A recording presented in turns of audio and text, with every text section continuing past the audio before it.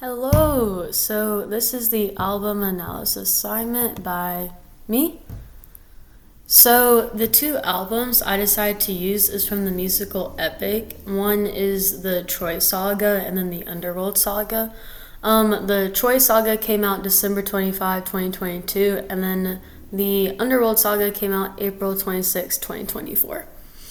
And for reference, instead of being albums, they're referred to as like sagas, if that makes sense. And then the composer is George Rivera Herons. So going into the first song, it is The Horse and the Infant. Some general information. The track length is about 3 minutes 54 seconds long. The tempo is 120 beats per minute, and I personally rank it 6. It's not my most favorite song, but I do enjoy listening to it at the same time. So the lyrical meaning behind this is essentially the prologue for Epic, and it establishes Odysseus' main motivation, right? It's about his desperate desire to return to his family, but he's also simultaneously combating like a hard choice of what he's going to have to sacrifice or who he'll have to sacrifice in order to see his family. And next, the instrumentation / emotion and sound. So at the very beginning, there's the ensemble strings, which include violins, violas, and cellos, which drive the rhythmic intensity of the Trojan War. So that's kind of the bass line.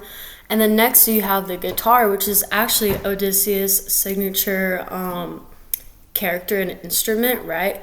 So an acoustic / nylon string guitar appears when he is introspective or speaks of family, but then you hear something like an electric guitar kick in, and that's kind of when he enters like a battle mode, if that makes sense.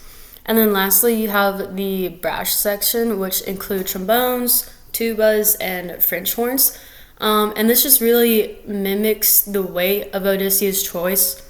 No, it mimics the weight of the Trojan horse and the chaos of the falling city, but also like what's going to happen, you know?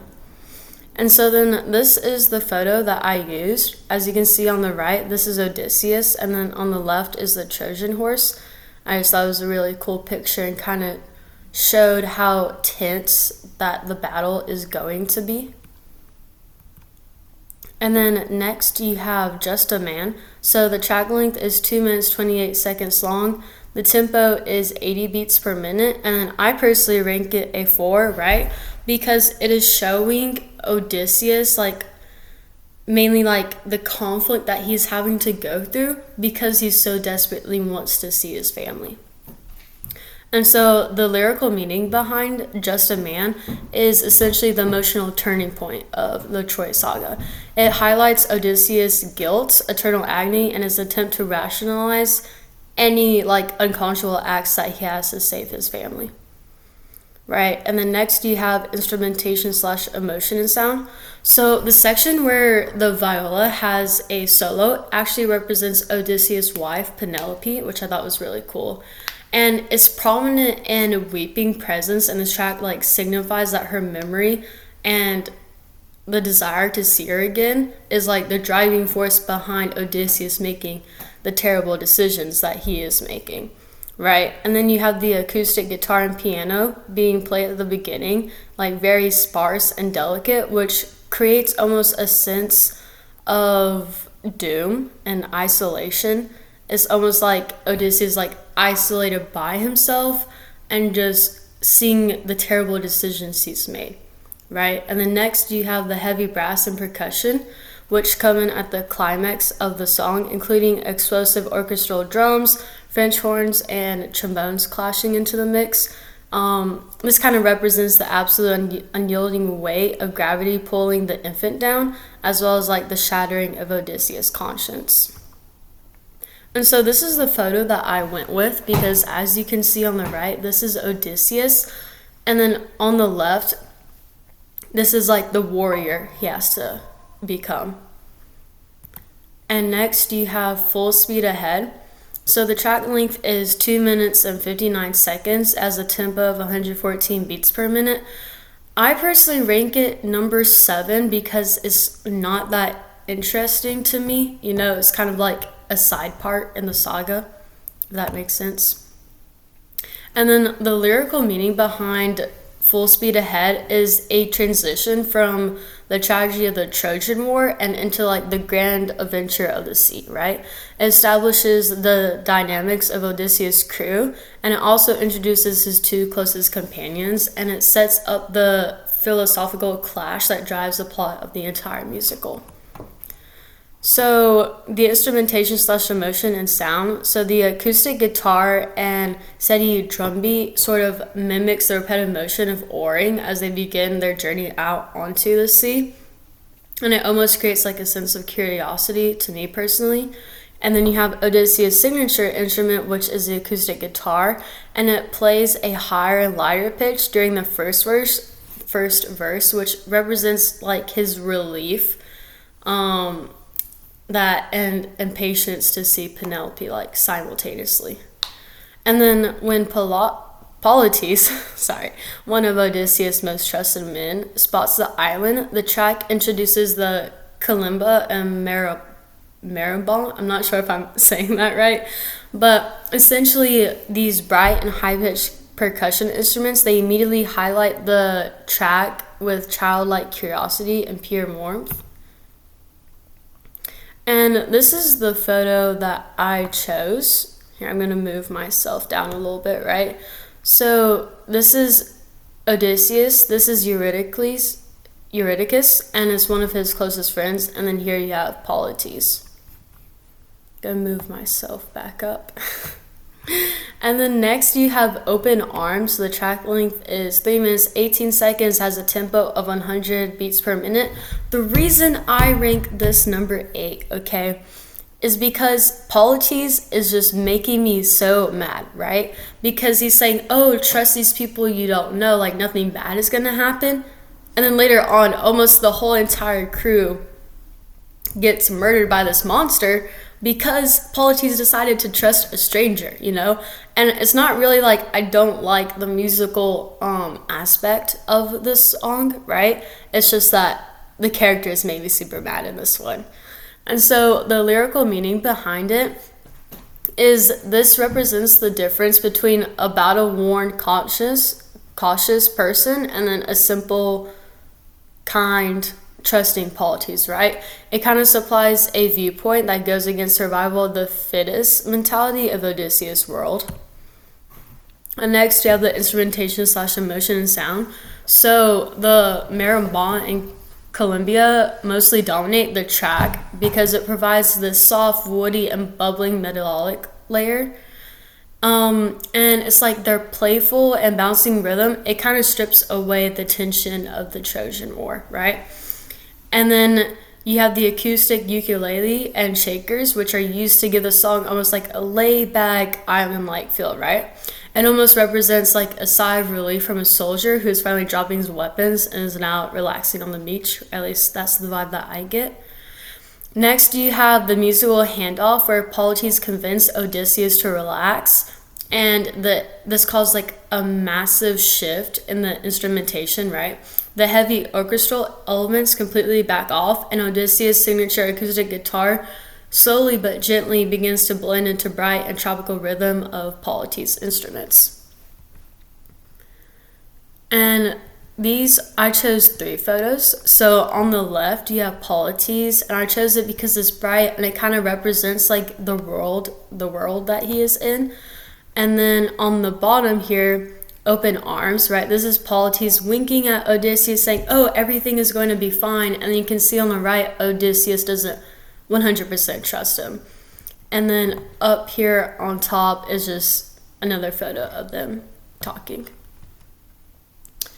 So next you have Warrior of the Mind. The track length is 3 minutes and 28 seconds with a tempo of 120 beats per minute. I personally ranked it 5 because it's when Athena is introduced, and I love all the instrumental components of the song. So the lyrical meaning behind Warrior of the Mind, it explores the complex and high-stakes relationship between Odysseus and Athena, right? It serves as both a flashback explaining Odysseus' past and wake-up call well, it explains his past, but then it also serves as a wake-up call in the present to demonstrate the mental discipline required to survive this journey, right? It's a hard journey, and if Odysseus doesn't make a change or doesn't have that wake-up call, there's no chance he's going to see his family. And so for the instrumentation / emotion and sound, so Athena's signature instrument is the piano, right? And in the song, it's driven by like a fast, intricate, and precise piano arpeggio, sorry, where it represents her brain almost like processing a million different battle strategies in 1 second, right? And then you have Odysseus' acoustic guitar, which comes into mirror Athena's piano lines.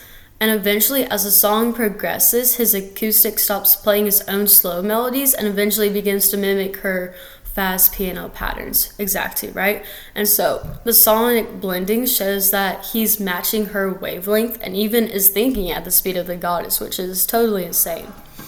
And then lastly, you have this like militaristic crisp percussion coming in where like the drums are sharp and perfectly on beat instead of having a loose and rolling rhythm. The driving rhythm forces Odysseus to snap out of his emotional haze and into an adrenaline-fueled ready state. So this first photo, this is kind of the owl represents Athena, almost like her watchful eyes. And then the next photo, this is Odysseus, and then this is Athena. So this is officially where we're going into the Underworld saga. The track length is 4 minutes and 16 seconds long. At the beginning, the tempo is 75 beats per minute, but then it transitions to 150 beats per minute during the main body. I personally rank this number 3 out of the 8 songs. I believe it just shows all the different emotions that Odysseus is going through, and I think that that is really cool. Hang on, my cat's right here. So next, you have the lyrical meaning. So lyrically, the song forces Odysseus to face like the staggering cost of his decisions, mainly by all the people that he has lost, right? The song essentially represents a manifestation of his accumulated trauma, guilt, and grief. So for the instrumentation, emotion, and sound, at the beginning, the song is introduced with a low and vibrating electronic synth bass, and this dark hum establishes the physical weight and atmosphere of the Greek underworld, right?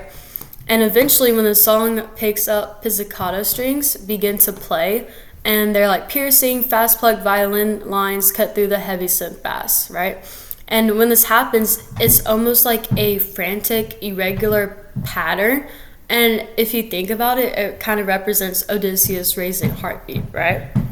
And then near the middle of the song, Odysseus finds out his mother died while waiting for him, right? And when she sings her lines, they're carried by a weeping viola. And the viola melody is slow and exposed, shifting the song's energy from like terrifying horror and into a profound grief. And here, sorry, it's my cat. Here on the left is Odysseus, and you can just see like all the grief he's gone through. Like you can see it in his face. And then all on the right is like him regretting his decisions, because all he can hear is screams of the people whose lives he's caused to lose. And then next you have No Longer You. The track length is 2 minutes and 47 minutes long as a tempo of 120 beats per minute. I personally rank it number 1. I love singing to this, but it's also lyrically captivating as well as instrumentational. There's my cat. And then the lyrical meaning behind this. So the song is essentially the turning point of Act 1 in Epic the Musical, right? The prophet Teresis delivers a glimpse of the future, right? And it's Odysseus will return home successfully, but the good man who started the journey will become completely dead. And the instrumentation / emotion and sound, the track is driven by a soulful brass ensemble, which includes trumpets, trombones, and a swinging saxophone. An epic jazz elements usually signify things are ancient or otherworldly, exactly like Tiresias the prophet, right? And while Tiresias is saying his prophecy, suddenly Odysseus' acoustic guitar kicks in the track with raw, jagged urgency, and it opens with like sharp, frantic strums that disrupt the smooth jazz, audibly illustrating a man who's trying to fight back against the crushing weight of his destiny. And then the song ends with a striking musical punctuation, right? After Tiresias delivers the final twist, but it's no longer you, the entire orchestra crashes on a heavy, tense, and unresolved minor chord, which I think is just pretty cool how the composer added that in. So on the top, this is the prophet saying, but it's no longer you. And then on the bottom is Odysseus' face, where he realizes something's got to change, or I'm not going to get back home to see my family. And then you have Monster, which I'm pretty sure is the last song, but the track length is 3 minutes and 38 seconds long. The tempo is 90 beats per minute, and I personally rank it 2. I love the song. I love Odysseus realizing that he has to make that change, and he does make that change. So lyrically, Monster is the climax of Act 1 because it is the psychological breaking point of Odysseus. The entire song is profound, as dark internal monologue where he abandons his core philosophy of mercy and kindness and choosing instead to embrace ruthlessness as his new tool to survive. So for the instrumentation and emotion and sound, at the beginning, the song starts in complete vulnerability as the massive jazz horns are now completely gone and replaced by a lonely, echoing acoustic guitar, right, which is Odysseus' signature instrument, and a hollow piano chord. As Odysseus begins to list the people that he has lost, the orchestral strings build a massive soaring crescendo, and the violins actually end up climbing into a high agonizing pitch, and it mimics the sound of a panic attack or a scream of pure grief, right? And then lastly, while Odysseus mentions his friend Polites, there's a faint echo of Polites' signature marimba trying to break into the track, but instead of letting it play, the music entirely is just smothered with heavy bass line audibly showing Odysseus forcing his friend's memory down. And then I chose this photo, right? Because on the right you have Odysseus, and then on the left you have this dark figure, and it's basically him choosing to become a monster. And then on the bottom left you show him holding up the infant, and it's like now he has no regret from dropping that baby. And on the right, if you pay attention to the detail in his eyes, it's like you can visually see where he made that switch. And that is the end of my presentation. Thank you so much for listening. Bye.